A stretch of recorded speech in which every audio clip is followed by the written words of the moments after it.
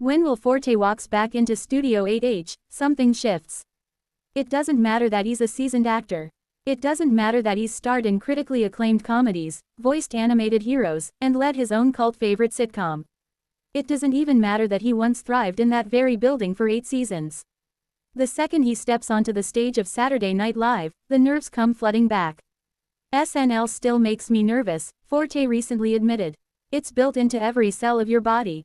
For anyone who has ever watched him fearlessly commit to outlandish characters, that confession might come as a surprise. But for those who understand the chaotic magic of live television, especially at 30 Rockefeller Plaza, it makes perfect sense. Because SNL isn't just a show.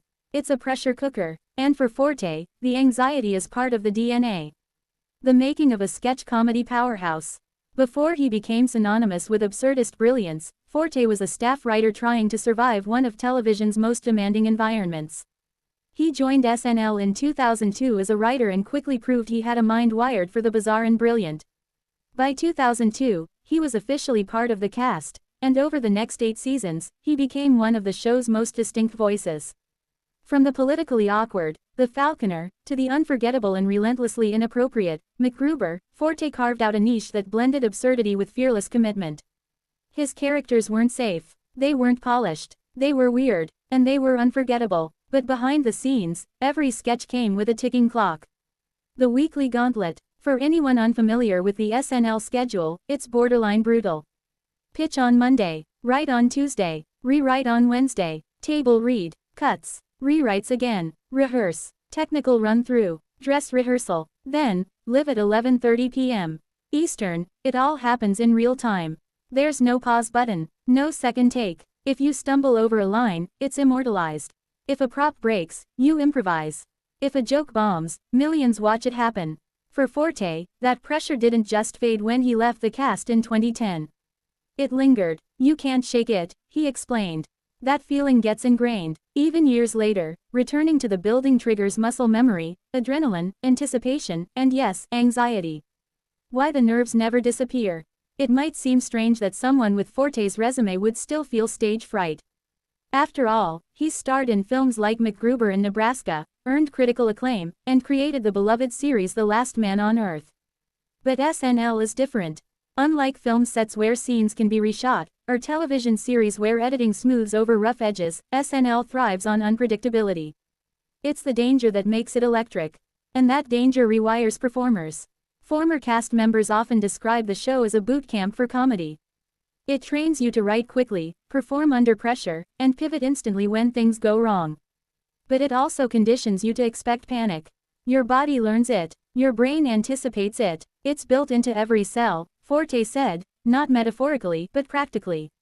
The nerves are physical, palms sweat, heart races, thoughts speed up, and the wild part, that fear is part of the fun. The adrenaline that hooks you. If the nerves are so intense, why come back? Why host? Why cameo? Why willingly re-enter that high-stakes arena? Because nothing compares to it. The live audience. The laughter that rolls through the studio. The collective inhale before a risky punchline. The camaraderie backstage as everyone braces for airtime.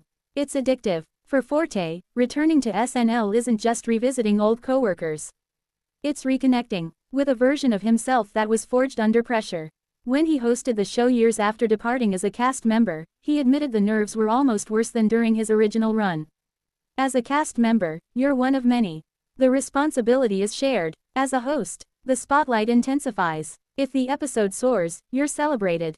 If it stumbles, you feel it. MacGruber, a legacy born in chaos.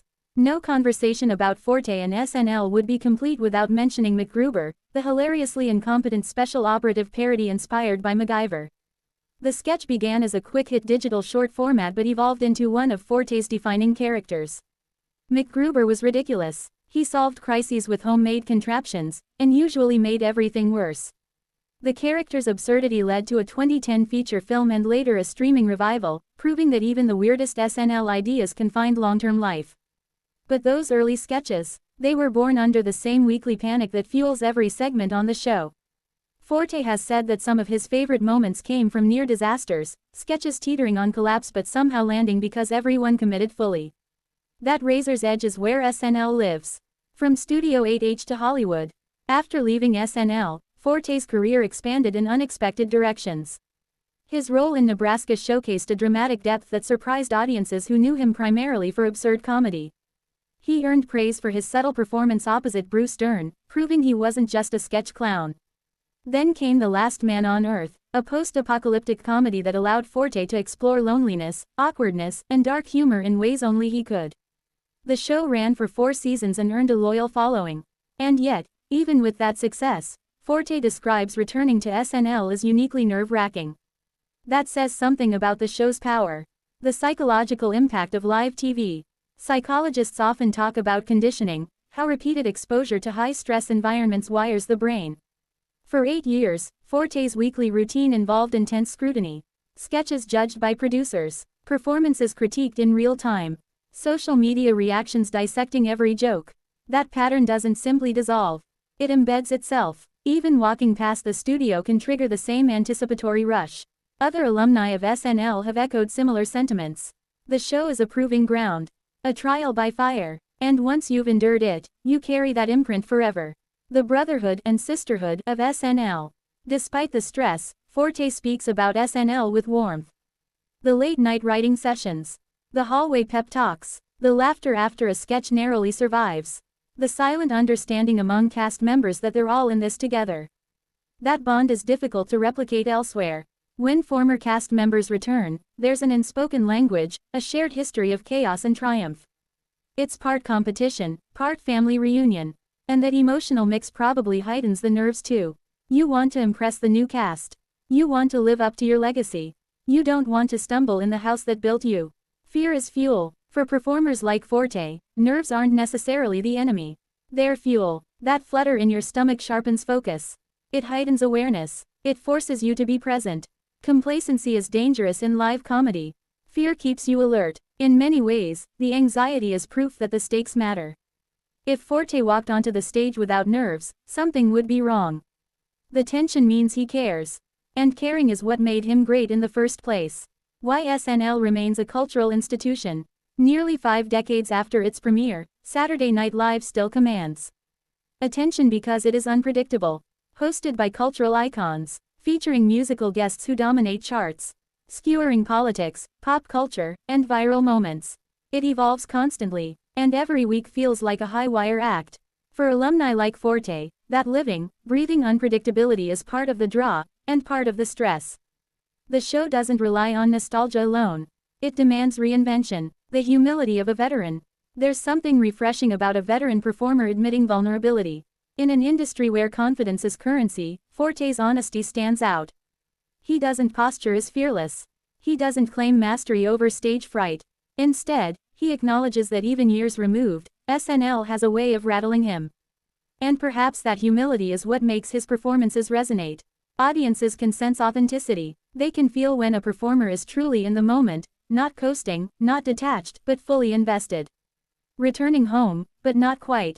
When Forte steps back into Studio 8H, it's like returning to your childhood home after years away.